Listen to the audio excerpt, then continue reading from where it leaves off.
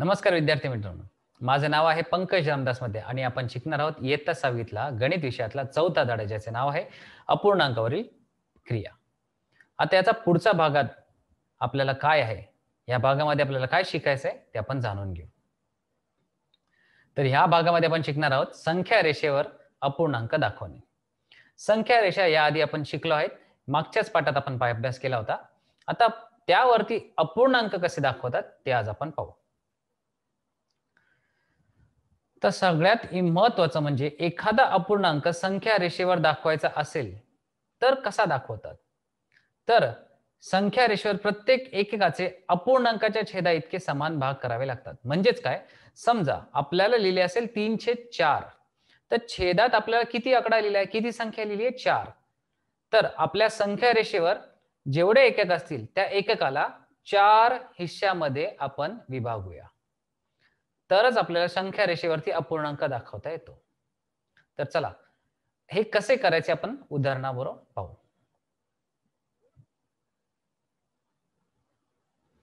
तर पहिले उदाहरण आहे आपल्याकडे. आपल्याला दाखवायचे 4/10 आणि 3.710. आपल्याकडे ही आहे मोजपट्टी. या मोजपट्टीवर जर तुम्ही पाहिले तर ही मोजपट्टी ते दोन एककामध्ये आपण 10 छेद किंवा 10 भाग काढले आहेत.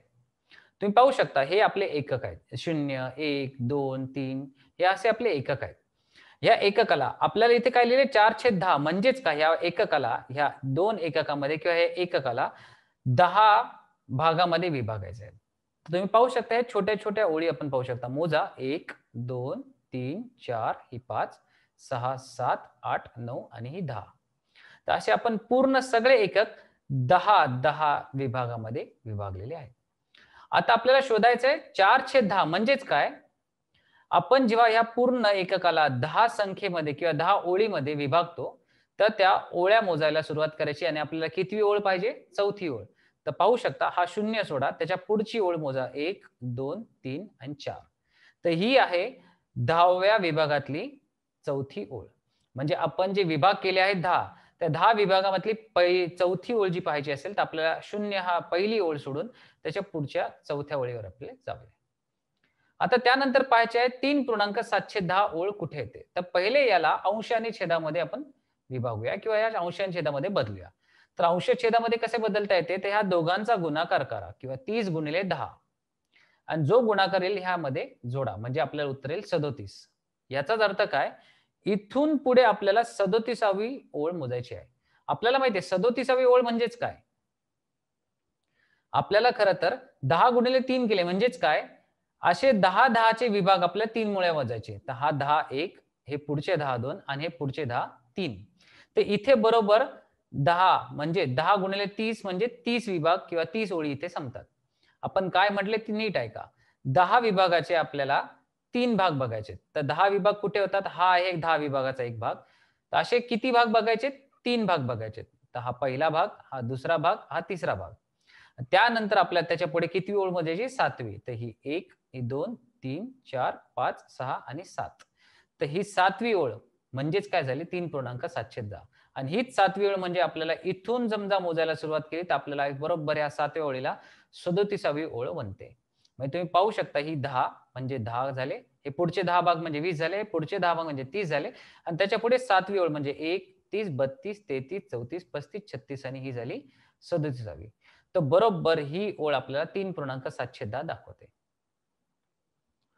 4/10 व 3.710 हे अपूर्णांक संख्या पट्टीवर दाखवणे सोपे आहे, कारण मोजपट्टीवरती प्रत्येक सेंटीमीटरचे 10 समान भाग केलेले असतात. तुम्ही पाहू शकता ही आहे मोजपट्टी आणि या दोन एककामध्ये बरोबर समान 10 भाग केलेले आहेत. तर चला आपण आता उदाहरण बघूया, म्हणजे तुम्हाला कळेल हे कसे करतात. आता आपल्या संख्या रेषेवरती 2/4, 4/3 आणि 7/3 हे अपूर्णांक दाखवायचे. तर आपण कसे दाखवणार, तर पहिले महत्वाचे म्हणजे याचा छेद किती आहे, तर याचा छेद आहे 3. याचाच अर्थ असा की दोन एककामध्ये किंवा एका एककाला आपल्याला 3 ओळींमध्ये विभागावा लागेल. तर कसे, तर चला आपण पाहू. पहिले पट्टीवरील एककाचे 3 समसमान भाग करून घेऊया. म्हणजे ही आपल्याला आहे पट्टी आणि हा आहे 0 पासून हा 1, तर हा झाला 1 विभाग, हा दुसरा एकक, हा तिसरा एकक. तर ह्या 2 एककामध्ये आपल्याला किती भाग करायचे? 3 भाग करायचे. 3 भाग म्हणजे 0 जर सोडला तर हा पहिला भाग, हा दुसरा भाग, हा आणि हा आहे तिसरा भाग. तसाच पुढे जर 3 भाग करायचे तर हा पहिला भाग, हा दुसरा भाग, हा तिसरा भाग. तर असे 3-3 विभाग करावे लागतात. आता पहिला आपल्याला आहे 2/3 म्हणजेच काय? ही पहिली ओळ सोडली तर आपल्याला दुसऱ्या ओळीवर जायचं आहे. तर ही पहिली ओळ झाली, ही दुसरी ओळ झाली. तर इथे आपल्याला भेटेल 2/3. 4/3 म्हणजेच काय? ही पहिला ही पहिली ओळ किंवा ही पहिली रेष सोडून द्या. त्याच्या पुढे मोजायला सुरू करा. ही पहिला, हा दुसरा, हा तिसरा आणि हा चौथा. म्हणजे ही झाली 4/3. तसेच 7वा जर मोजायचा असेल तसाच. तर 1, 2, 3, 4, 5, 6 आता आपल्याला असे मोदत पुढे जावे लागते. तर बघा, ही पहिली ओळ सोडायची आपल्याला सुरू करायची आहे. 1, 2, 3, 4, 5, 6 आणि ही येते आपली 7वी. तर असं आपल्याला मोजमाप करावे लागते. तर चला आपण पाहूया, सराव संच सोडूया म्हणजे आपल्याला कळेल की आपल्याला अपूर्णांक संख्या रेषेवर कसे दाखवतात. पहिला प्रश्न आहे, खाली रेषांवर ए आणि बी किंवा ए बी 2 बिंदू आहेत. कोणते अपूर्णांक दर्शवतात ते आपल्या रिकाम्या चौकटीत लिहायचे. तर ही आहे संख्या रेषा, ज्यावरती आपल्याला ए आणि बी हे 2 बिंदू दाखवलेत आणि याच्या खाली बरोबर एक चौकट लिहिली आहे. याचाच अर्थ काय? हा ए बिंदू कुठल्या अपूर्णांकावर येतो किंवा कुठल्या रेषेवरती येतो किंवा त्या रेषेचा अपूर्णांक किती तो आपल्याला लिहायचा आहे. तर तुम्ही पाहू शकता, हा आहे 0 आणि हा आहे 1. तर हे पूर्ण झाले एकक. या एककाला किती ओळींमध्ये विभागले आहेत? तर हा पहिली ओळ सोडा, त्याच्या पुढच्या ओळी मोजा. ही पहिली, ही दुसरी, ही तिसरी, ही चौथी, ही 5वी आणि ह्या एककावरती 6वी. म्हणजेच काय? या एका एककाचे आपण 6 विभाग केले आहे, म्हणून आपण छेदाच्या ठिकाणी 6 लिहितो. तर मला सांगा, हा ए बिंदू कितव्या ओळीवरती आला? तर हा पहिली ओळ, ही दुसरी, ही तिसरी, ही चौथी, ही 5वी. तर पहिला ए बिंदू हा आपला आला 5व्या ओळीवर. तर आपण याचे उत्तर लिहिणार. ए चे उत्तर आले आपले 5/6. तर बी ही कितवी आली? तर ही झाली 5, ही 6, ही 7, 8, 9 आणि 10. म्हणजे बरोबर 10व्या ओळीवरती किंवा 10व्या भागावरती आपला बी हा बिंदू किंवा टिपका येतो. आणि आपण या पूर्ण एककाला किती ओळींमध्ये विभागले आहेत? 1, 2, 3, 4, 5 आणि 6. आपण पाहू शकता सर्व एकक आपण बरोबर 6-6 भागात विभागले आहेत. त्यामुळे याचं उत्तर येणार बरोबर ही 10व्या ओळीवरती येते म्हणून 10 आणि छेदात आपण लिहिले 6.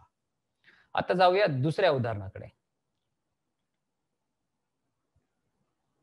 इथे पहा, पुन्हा आपल्याला ए आणि बी बिंदू दिलाय. पण याचे उत्तर काढण्याआधी पहिले पाहून घेऊया, ह्या एककाला किती ओळींमध्ये किंवा किती भागांमध्ये भागलेले आहे. तर हा पहिला शून्याचा खालचा सोडला तर आपण पुढे मोजू. 1, 2, 3, 4 आणि 5. म्हणजे हे संपूर्ण एकक 5 विभागामध्ये भागलेले आहे. याचाच अर्थ काय? आपल्या सगळ्या उत्तरांमध्ये छेदमध्ये 5 हे उत्तर असणारच. आता पाहूया, आपला ए हा बिंदू कुठल्या भागावरती आला. तर हा मी म्हटल्याप्रमाणे शून्याला सोडून द्या. शून्याची खालची ओळ सोडा, त्या पुढच्या ओळीस मोजा सुरुवात करा. तर ही झाली 1, ही 2 आणि ही 3. म्हणजेच हा ए हा बिंदू बरोबर तिसऱ्या ओळीला आला. म्हणजे याचं उत्तर आले 3/5. तसंच हा बी बिंदू कुठल्या याच्यावरती आला, कुठल्या भागावरती आला ते पाहू. तर इथे समजा तिसरी ओळ झाली, तर ही चौथी, ही 5वी, ही 6वी आणि ही झाली 7वी. तर 5च्या पुढे हा 5 अंशात लिहिलाय म्हणजे काय? इथे 5 ओळी संपल्या. तर त्याच्या पुढे 6वी आणि 7वी. म्हणजे आपल्या याचं बी चे उत्तर येते 7/5. आता तिसरा गणित शोधूया. तिसऱ्या गणिताचे आपण उत्तर शोधूया. आता इथे आपल्याला कुठेच तुम्हाला दिसणार नाही किती भाग केले आहेत. आपल्या आधीच्या उदाहरणांमध्ये लिहिले होते 5/5 किंवा 1/6 असे. पण इथे तुम्हाला स्वतःहून काढायचे आहे की ह्या ओळींना किती भागामध्ये, ह्या एककाला किती ओळींमध्ये विभागले आहेत. तर मी तुम्हाला म्हटले तर ही शून्याची ओळ सोडा, त्या पुढचे विभाग मोजा. ही पहिला, हा दुसरा, हा तिसरा, हा चौथा, 5वा, 6वा आणि 7वा. बरोबर ह्या एक संख्याखाली 7 ओळी पूर्ण होतात. म्हणजेच काय?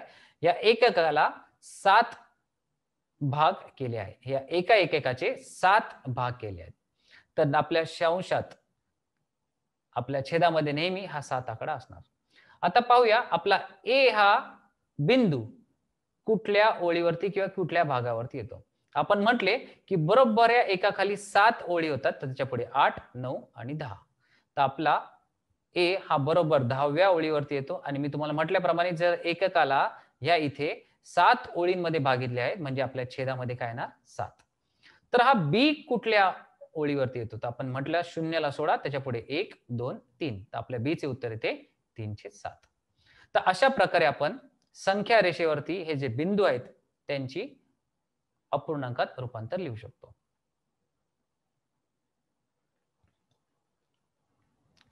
आता प्रश्न दुसरा, संख्या रेषेवर पुढील अपूर्णांक दाखवा. म्हणजे आपल्याला संख्या रेषा काढायची, त्यावरती अपूर्णांक दाखवायचे जे आपल्याला दिले आहेत. तर पहिला अपूर्णांक आहे 3/5, 6/5, 2.3/5. तर लक्षात ठेवा, छेदामध्ये 5 लिहिले म्हणजे एका एककाला 5 भागात विभागायचे. म्हणजे कसे? तर हे आहे 0, हा आहे 1. ह्या दोघांमध्ये बरोबर 5 ओळी आल्या पाहिजेत. तर शून्याची ओळ जर सोडली तर ही पहिली, ही दुसरी, ही तिसरी, ही चौथी आणि बरोबर एकाखाली येते 5वी. तर पहिल्याचं उत्तर शोधायचं 3/5. 3/5 म्हणजे काय? ही ओळ सोडा आणि याच्या पुढे तिसरी लाईन किंवा तिसरी ओळ बघा. तर पहिली, दुसरी आणि तिसरी. तर इथे येतो बरोबर 3/5. तसेच आपल्याला 6/5 आणि 2.3/5 शोधायचे. तर 6वी ओळ कुठे येते? तर आपण म्हटले, जर आपण संख्येच्या छेदामध्ये 5 लिहिले म्हणजे बरोबर एकाखाली 5वी लाईन येते आणि त्याच्या पुढची लाईन येते 6वी. म्हणजे ही झाली 6वी लाईन. इथे उत्तर येतं आपले 6/5. आता याच्या पुढे मोजायचे 5/5 चे असे 2 विभाग बघायचे. म्हणजेच काय? 5/5 चे 2 विभाग म्हणजे काय? आपण एक एकक 5 मध्ये विभागले आहे. तर असे 2 विभाग म्हणजे कुठले? हा पहिला विभाग, हा दुसरा विभाग. हे 2 विभाग सोडले तर तिसरी ओळ तिथे बघायची. तर हे 2 विभाग कुठे संपतात? ह्या 2 वरती संपतात. याच्या पुढची तिसरी ओळ म्हणजे 1, 2 आणि 3. तर बरोबर त्याच्या खाली आपले 2.3/5 येतात. आता आपण जाऊया पुढच्या उदाहरणाकडे. तर इथे पहा काय लिहिलं आहे? 3/4, 6/4 आणि 2.1/4. सगळ्यांच्या छेदामध्ये 4 आहे म्हणजेच काय?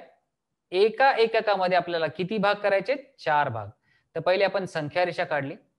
0 आणि 1 यामध्ये आपण पूर्ण 4 भाग करूया. म्हणजे शून्याची भाग सोडला तर त्याच्यापुढे 1, हा 2, हा 3 आणि हे 4. तसेच सगळ्यांमध्ये आपण 4-4 विभागच केले. म्हणजे तुम्ही पाहू शकता 1 आणि 2 मध्ये बघा 1, 2, 3 आणि बरोबर चौथ्या लाईनीवरती हा 2 आहे. तसेच 2 आणि 3 मध्ये पाहिले तर ही 2ची ओळ सोडा. 1, 2, 3 आणि हा बरोबर चौथ्या ओळीवरती आहे 3 आहे. आता आपल्याला शोधायचंय 3/4 कुठे येतात? 3/4 म्हणजे पहिली, तिसरी ओळ कुठे? तर ही शून्याची लाईन सोडली तर 1, 2, 3 बरोबर ह्या रेषेखाली आपल्याला येतो 3/4. तसेच 6/4 म्हणजे काय? इथे समजा 4 पूर्ण होत आहेत, तर 5 आणि 6 तर ही झाली 6वी ओळ. आता 2.1/4 म्हणजे काय? 4/4 चे असे 2 विभाग बघा. म्हणजे हा पहिला विभाग, हा दुसरा विभाग. ते सोडल्यानंतर जी पहिली ओळ येते त्याच्या खाली आपण लिहिणार 1/4. समजले? तर हे आले आपले असे उत्तर. तर आज आपण काय शिकलो? तर आपण शिकलो संख्या रेषेवरती अपूर्णांक कसे काढायचे आणि त्यानंतर सराव संचाचा आपण केला अभ्यास. तर असाच आपण पुढच्याही भागात अभ्यास करू, नवीन नवीन पाठ शिकू. धन्यवाद.